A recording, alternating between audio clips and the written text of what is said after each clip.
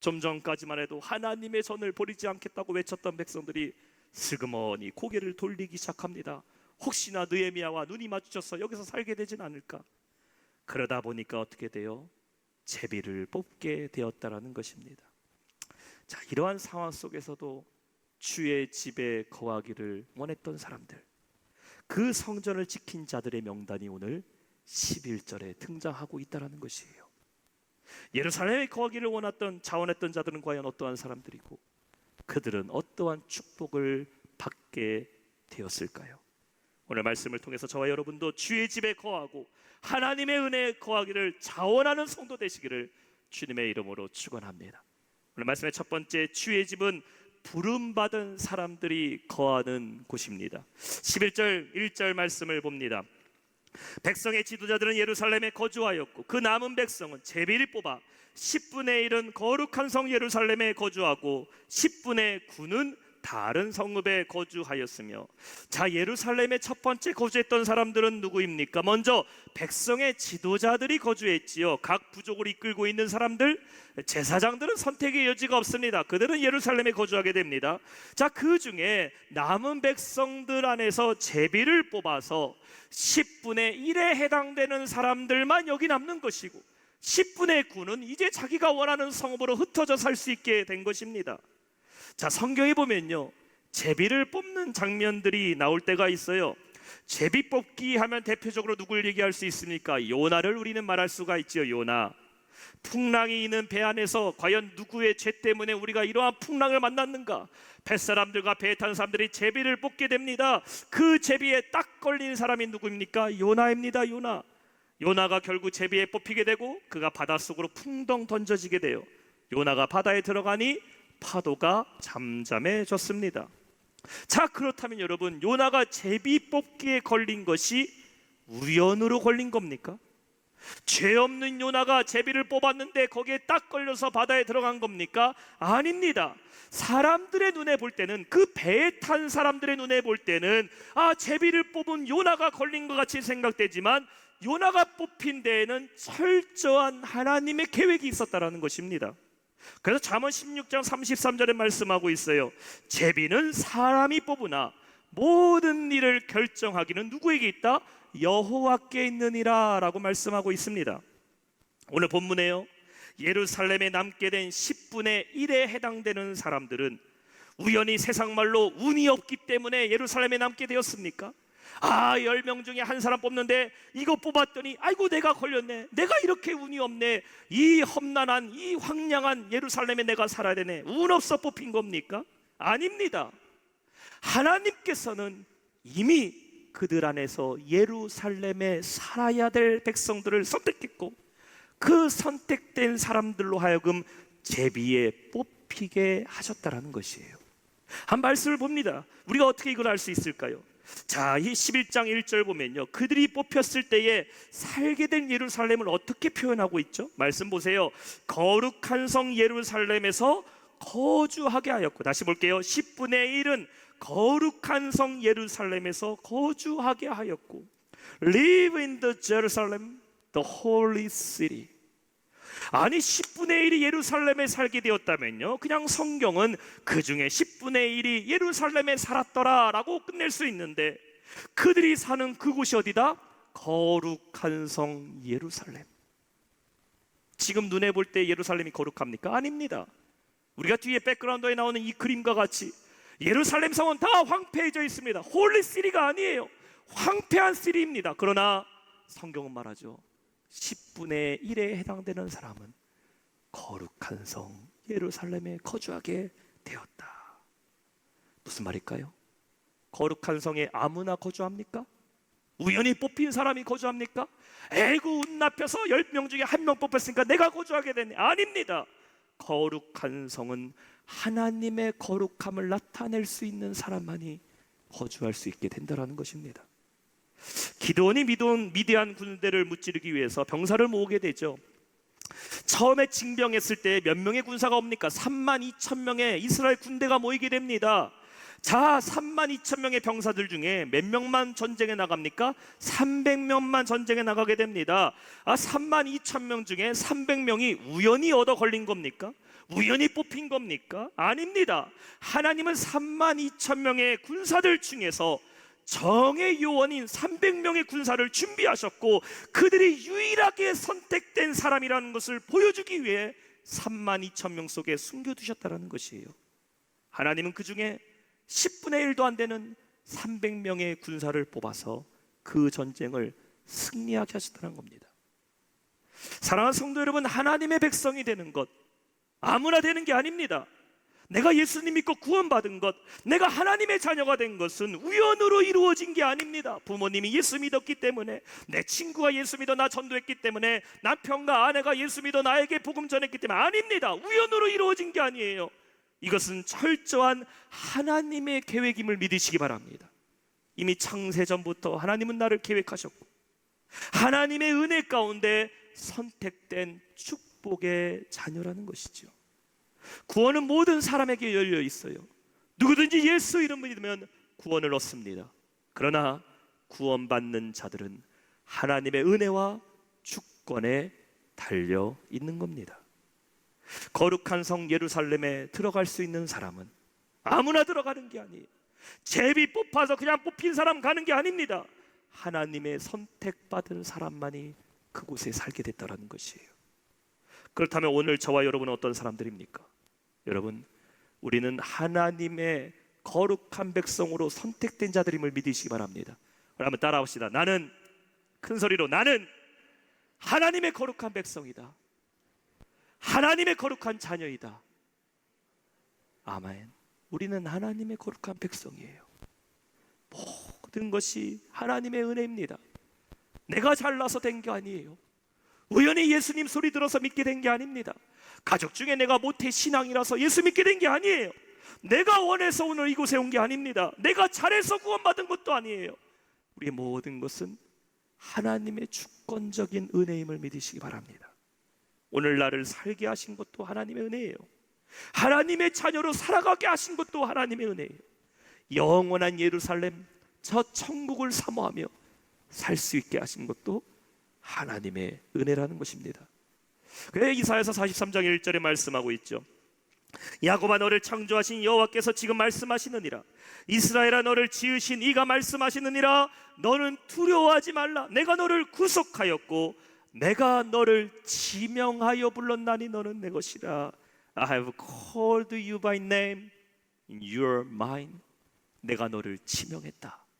네 이름을 내가 불렀으니 너는 내 것이라. 사랑하는 여러분, 우리는 지명하여 부르신 하나님의 백성들임을 믿으시기 바랍니다. 우리가 거할 곳이 어디예요? 하나님의 집에 거하는 겁니다. 하나님의 은혜 아래 우리는 살아가기로 선택된 하나님의 백성임을 믿으시기 바랍니다. 두 번째, 주의 집은 자원하는 자들이 거하는 곳입니다. 2절 말씀입니다. 한번 우리 2절 말씀 한 목소리 읽어봅니다. 시작. 예루살렘에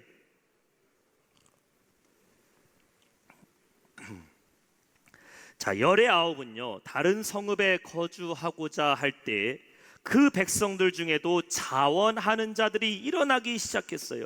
그들이 손을 들어 말합니다. 우리는 제비뽑기 따위 안 합니다. 우리는 하나님의 성전에 들어가 살기를 원합니다. 주 예루살렘에 거주하면서 그 고난에 동참하고 하나님의 성전을 세우는데 동참하겠다라고 자원하는 자들이 있었다라는 것이죠. 자원하다라는 말은 어떤 말일까요? 원어로는 나다브라는 말을 씁니다.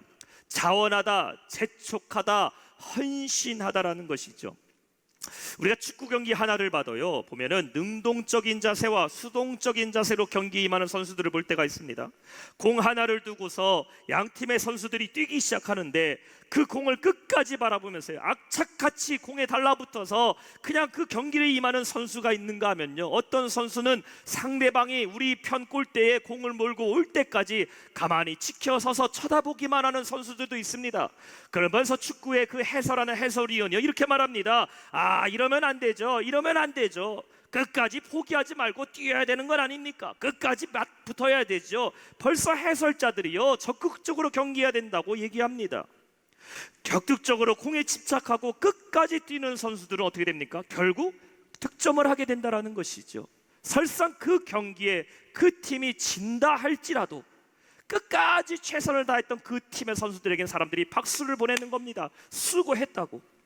그런데 수동적으로 경기에 임해요. 상대방이 골이 올 때까지 기다립니다. 몸을 던져서 막을 생각도 하지 않아요. 그러면 그 경기는 진 것과 다름없다라는 것이에요. 자원하는 사람은 어떤 사람입니까? 그 안에 분명한 목적과 사명이 있는 사람은 자원한다라는 것이죠. 자원하는 사람은 머리로 계산하지 않아요. 가슴으로 뛸 수 있는 사람입니다. 파스칼은 이런 말을 했어요. 가슴은 머리가 알지 못하는 것을 알고 있다. 이 무슨 말일까요? 머리로 판단하고 생각하는 것만 중요한 것이 아니라 가슴에 뜨거움이 생긴다면 달려든다라는 것이죠. 머리로 계산하고 머리로 판단하면요 손해입니다. 이성적으로 보면은 이건 타산이 맞지가 않아요. 머릿속에 두려운 생각과 부정적인 생각이 들면요 스스로가 비겁해집니다. 도망가게 돼요. 근데 머리와 이성이 아니라 큰 가슴으로 생각하기 시작하고 결단하게 되면 어떻게 돼요? 어려움은 오히려 내가 할 일이고 나는 몸을 던져서라도 이 꿈과 사명을 이뤄내리라 달려가게 된다는 것이에요. 사명은 어떻게 해야 될까요? 사명자, 머리로 일하는 게 아닙니다. 무엇으로 일하는 겁니까? 사명자는 가슴으로 일하는 거예요. 가슴. 그것이 바로 자원하는 자의 모습인 겁니다. 하나님은 어떠한 사람을 사용하실까요? 부정적인 사람? 수동적인 사람? 억지로 순종하는 사람? 하나님 기뻐하실까요? 아닙니다. 하나님은 자원하는 심령을 기뻐하셔요. 시편 51편 12절 말씀에 주의 구원의 즐거움을 내게 회복시켜 주시고 자원하는 심령을 주사 나를 붙드소서. 따라합시다. 자원하는 심령을 주사 나를 붙드소서. 어차피 가야 할 길이라면, 어차피 순종해야 될 순종이라면 자원하는 마음으로 하는 것이 훨씬 더 기쁘고 복된 일 아니겠냐라는 것입니다. 백성의 지도자이기 때문에 예루살렘에 거주하게 된 자들보다 제비를 뽑혀서 어쩔 수 없이 10중에 1이 되어서 살게 된 그 사람들보다 훨씬 더 복된 자들이 누구입니까? 나는 제비 따윈 뽑지 않고 여기서 살겠다 스스로 자원한 자들 아니겠습니까? 고난을 당해도 비록 내가 어려움 속에 있다 할지라도 내가 편안함은 버릴지라도 내 안에 평안함을 얻기 위해서 자원하는 자들에게 백성들이 2절에 보면 복을 빌었고 하나님도 그들을 축복해 줬다는 것이에요. 진정한 순종은 무엇일까요? 자원하는 심령으로 하는 겁니다. 예수님이 십자가에 달려 돌아가실 때에 억지로 지지 않으셨어요. 아유, 이 십자가 어쩔 수 없이 져야겠다. 주님께서 그렇게 지지 않으셨어요. 겟세마네 동산에서 우리 예수님 기도하실 때에 아버지 뜻대로 하지 마옵시고 내 뜻대로 하지 마옵시고 아버지의 뜻대로 하옵소서. 우리 예수님 억지로 지시지 않으셨어요. 주님은 아셨죠. 그 십자가가 우리를 구원할 유일한 길이란 걸 우리 주님은 마음으로 하셨다라는 겁니다. 사랑하는 성도 여러분, 자원하는 심령으로 순종하는 성도 되시기를 주님의 이름으로 축원합니다. 자원하는 심령으로 주님의 사명 감당하세요.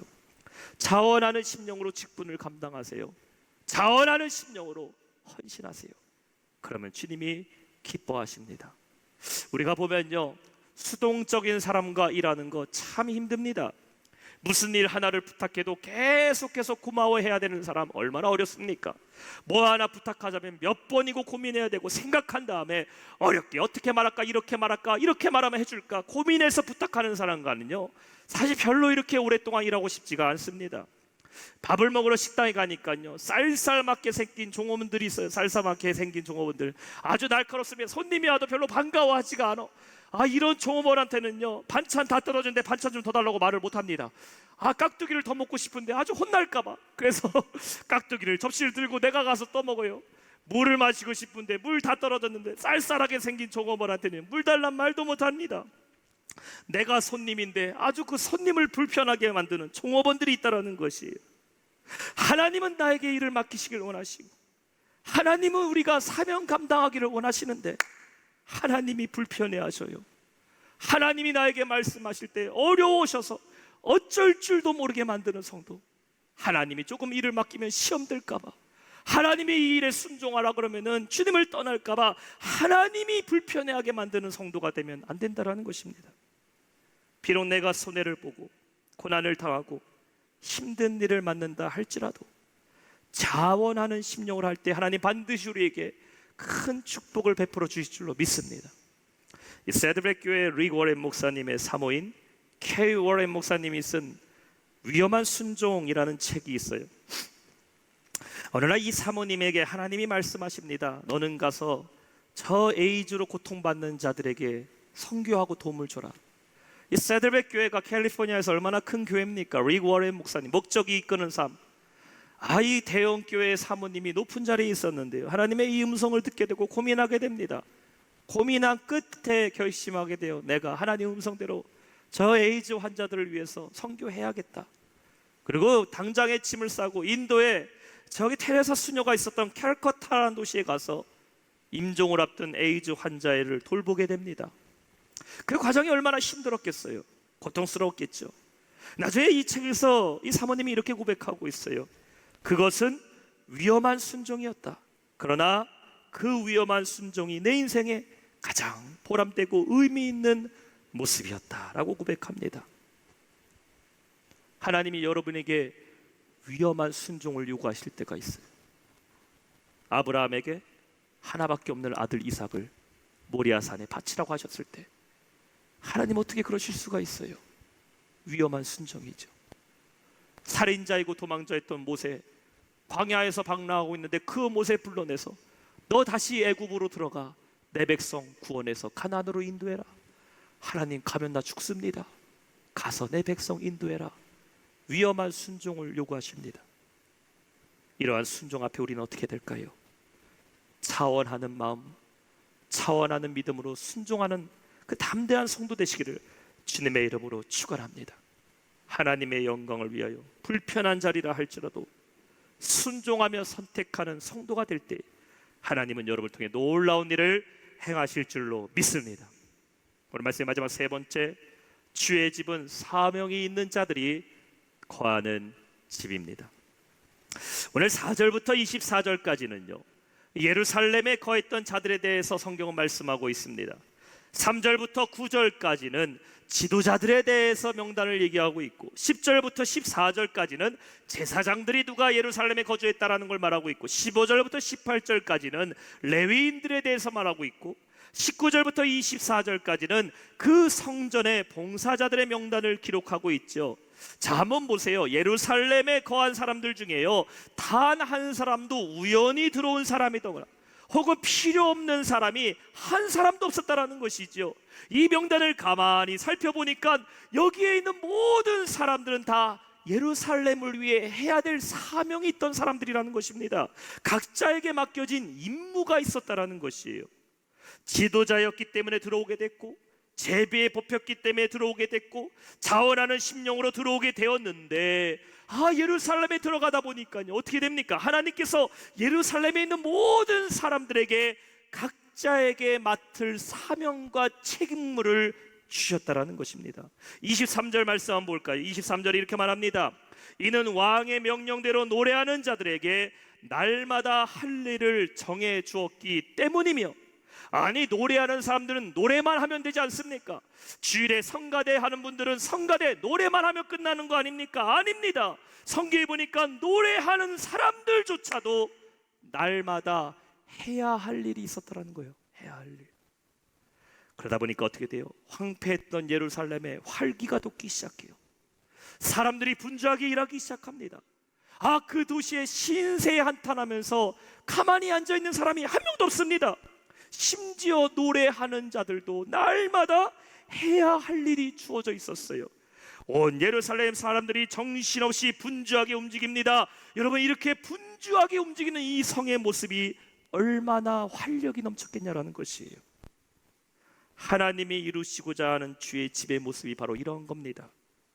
하나님의 집에는 일할 일꾼이 날마다 부족해요. 노는 사람이 한 사람도 없습니다. 하나님의 집에서 노는 사람은 불행한 사람이에요. 그러나 반대로 열심히 일하는 사람, 한 가지 일, 두 가지 일, 세 가지 일, 네 가지 일, 노래도 부르고 성전의 관리도 하고 말씀도 읽고 한 사람이 하나뿐만 아니라 여러 가지 일을 하는 사람이 오히려 복된 사람이라는 것입니다. 사랑하는 성도 여러분, 주의 집에서 분주하게 사명 감당하는 성도 되시길 주님의 이름으로 축원합니다. 하나님의 일에 여러분 분주해지셔야 돼요. 하나님의 일을 하느라 정신없는 것이 축복입니다. 왜 그래요? 하나님은 우리가 일한 성과대로 복을 주시기 때문이에요. 성경 한번 보죠. 한 달란트 받은 사람, 한 달란트 가지고 열심히 일해야 됩니다. 두 달란트 받은 사람은 두 달란트 갖다가 열심히 일해야 돼요. 다섯 달란트 받은 사람, 다섯 달란트 갖고 열심히 일해서 남겨야 됩니다. 그런데 한 달란트밖에 내가 받은 게 없다고 그 달란트 땅에 숨겨두고 가만히 앉아있는 사람, 결국 쫓겨나게 됐다라는 것이에요. 예루살렘 성 안에 지금 필요하지 않은 사람 아무도 없습니다. 모든 사람이 주의 집에 필요한 일꾼들이었다라는 것이죠. 교회도 마찬가지죠. 성도도 마찬가지예요. 교회는 그리스도의 몸이고 너희는 각 지체라고 말씀하셨어요. 로마서 12장 4절과 5절 말씀 보세요. 우리가 한 몸에 많은 지체를 가졌으나 모든 지체가 같은 기능을 가진 것이 아니니 이와 같이 우리 많은 사람이 그리스도 안에서 한 몸이 되어 뭐가 된다? 서로 지체가 되었느니라. 한번 생각해 보죠. 우리 몸은 가만히 있는데, 가만히 있는 것 같아 보이는데, 여러분 큰 숨 한번 쉬어보세요. 큰 숨 한번 쉬면요, 몸이 가만히 있는 겁니까? 아닙니다. 코와 입이 움직이죠. 식도도 움직이죠. 혈관이 움직이죠. 심장이 뛰기 시작합니다. 사람 몸이 가만히 있는 것 같아 보이지만요, 숨 한번 쉬는 거에도 온몸의 내부와 외부가 다 일하고 있다는 것이에요. 성도는 교회에서 사명으로 일하는 자들이 되어야 돼요. 세상 가운데 살아갈 때에도 하나님의 일을 생각하며 사는 성도가 되어야 됩니다. 내가 부름받은 하나님의 백성인데, 주의 집에 거하는 자인데 아무것도 하지 않고 있는 것이 불행한 겁니다. 할 것이 없어서 나는 그냥 교회 왔다 갔다 생각하는 것, 여러분 결코 행복한 일이 아니에요. 우리 교회에도 여러분이 헌신하고 수고해야 될 일들이 너무나 많이 있습니다. 교회는요, 일거리가 부족한 것이 아니라 날마다 일꾼이 부족한 곳이 교회예요. 성가대로, 찬양대로, 기관에서 봉사로, 내가 주의 성전을 치우는 봉사자로, 구석구석마다 교사로, 교회는요 일거리가 부족하지 않아요. 일꾼이 부족한 것이 교회입니다. 오늘도 나를 부르신 그 주님의 사명을 기억하며 주의 집에 사명으로 거하는 성도 되시기를 주님의 이름으로 축원합니다. 일할 수 있는 것이 축복이에요. 일할 수 없는 것은 불행한 겁니다. 요즘 젊은 사람들 얼른 내가 리타이어, 은퇴해서 쉬고 싶어 한다고 하지만요, 막상 연세 드신 분들 공감하는 게 뭡니까? 일할 수 있는 게 복이라고 말합니다. 저는 가끔 택시를 탑니다. 일부러 택시를 타고 이동할 때가 있어요. 운전하고 할 수도 있어도요, 택시를 타는 이유가 뭐냐면은 택시 운전기사와 얘기하기 위해서. 저는 택시 타면 참 재밌습니다. 그래서 어느 날 성민이랑 같이 택시 타는데 제가 옆에서 하도 기사 번호 얘기하니까 성민이가 뒤에서 민망해 하더라고요. 아빠 너무 말이 많다고. 저는 택시 운전하시는 분들 얘기하는 게 얼마나 재밌는지 몰라요. 사는 얘기 듣고 어떤 분은 정치 얘기도 하고 자기 개인 얘기도 하고 참 재밌습니다. 어느 날 제가 택시를 탔는데요, 나이가 한 70 넘게 거의 80 가까이 머리가 희끗희끗한 한 어르신께서 택시를 운전하시더라고요. 그래서 제가 이렇게 말씀드렸습니다. 어르신, 요즘 그냥 코로나 때문에 사람들도 별로 왔다 갔다 하지 않고 참 힘든데 어떻게 택시 할만 하시냐고 물어봤더니요, 그분이 이렇게 얘기하더라고요. 이 나이에 일할 수 있는 게 참 행복한 거라고. 자기 나이 또래 분들은 다 지금 집에서 놀고 있는데 자기는 일찍 그냥 정년 퇴임해서 택시 그거 자격증 따갖고 이렇게 그래도 내가 소일거리로 하루에 몇만 원 벌고 사는 게 그게 행복한 거라고 이렇게 말씀하는 걸 제가 듣게 되었습니다. 성도도 그래요. 성도는요, 하나님의 일을 할 때가 가장 행복한 줄 믿습니다. 요한복음 9장 4절의 말씀이에요. 때가 아직 나심에 나를 보내신 이의 일을 우리가 하여 하리라. 그러나 밤이 오리니 그때는 아무도 일할 수 없느니라. 주의 집은 누가 거주한다고요? 사명 있는 자만이 거주하는 겁니다. 이유 없이 들어온 사람 아무도 없어요. 할 일 없어 신세 한탄하러 온 사람 아무도 없습니다. 경기장의 11명 선수가 다 경기를 위해 뛰어야 하듯이 각자의 자리에 포지션이 있듯이 성도는 주의 집에 해야 될 일이 있어요. 우리는 주님의 사명이 있는 자들입니다. 주님이 부르시는 그날까지 기쁨으로 주를 위해서 일하고 열심으로 사명을 감당하는 우리 모두 영락의 성도 되시기를 주님의 이름으로 축원합니다. 오늘 말씀 맺겠습니다. 사랑하는 성도 여러분, 우리는 편안한 삶을 살기 위해서 예수님을 선택한 사람들이 아니라 우리는 평안한 삶을 살기 위해 주님을 믿는 자들입니다. 평안한 삶은 고난이라 할지라도 주님 전에 거하는 것이에요. 고생길이 훤히 보일지라도 평안을 선택하기 위해서 주님의 길을 가는 겁니다. 천국은 어떤 곳일까요? 천국은 환한 대로가 열린 것입니까? 8차선 대로가 열려서 너도 나도 천국 가려고 오가는 왕래하는 그렇게 넓은 길이 천국입니까? 아닙니다. 성경의 천국은 마태복음 7장 13절 14절에 이렇게 말씀하고 있어요. 좁은 문으로 들어가라. 멸망으로 인도하는 문은 크고 그 길이 넓어 그리로 들어가는 자가 많고, 그러나 생명으로 인도하는 문은 좁고 길이 협착해서 찾는 자가 적습니다. 주의 집에 거하는 것은 고생길 훤한 거 선택하는 겁니다. 이 땅에서 내가 고난의 삶 살겠다고 결심하는 게 예수 믿겠다라는 것이에요. 그러나 이 길만이 생명인 걸 우리는 알고 있어요. 이 길만이 내 삶이 평안해지는 것을 우리는 압니다. 이 길만이 하나님의 자녀가 살 집입니다. 자원하는 자들만이 거할 수 있는 곳이에요. 그러나 이 길 끝에 누가 계셔요? 고난의 길 끝에는 우리 예수님이 함께 하심을 믿으시기 바랍니다. 주님의 십자가는 고난 위에 세워진 십자가예요. 무엇이 두려워서 피하고 계십니까? 혹시 편안한 삶 살기 위해서 평안의 삶은 피하고 있지 않으십니까? 선택 잘못하신 거예요. 우리는 평안을 위해서 편안을 포기할 수 있는 사람이 되어야 됩니다. 그렇게 하기 위해서 위험한 순종이라도 자원하는 심령으로 순종하세요. 하나님 반드시 여러분 가운데 놀라운 일을 행하실 줄로 믿습니다. 주의 집에 거하는 자들 사명자들이에요. 저와 여러분은 할 일이 많은 분들입니다. 결국 천국에서 기억되는 것은 이 땅에서 여러분이 얼마나 주님을 위해 일하는가, 그거 우리 주님 기억하셔요. 하나님의 일을 하느라 정신 없으셔야 돼요. 그러면 주님께서 우리를 기억하시고 먼 훗날에 착하고 충성된 종아, 내가 작은 일에 충성하였으니 내 주인의 즐거움에 참여할지어다. 이 땅의 모든 수고와 헌신 주님께서 기억하시고 여러분 인정해 주실 줄 믿습니다.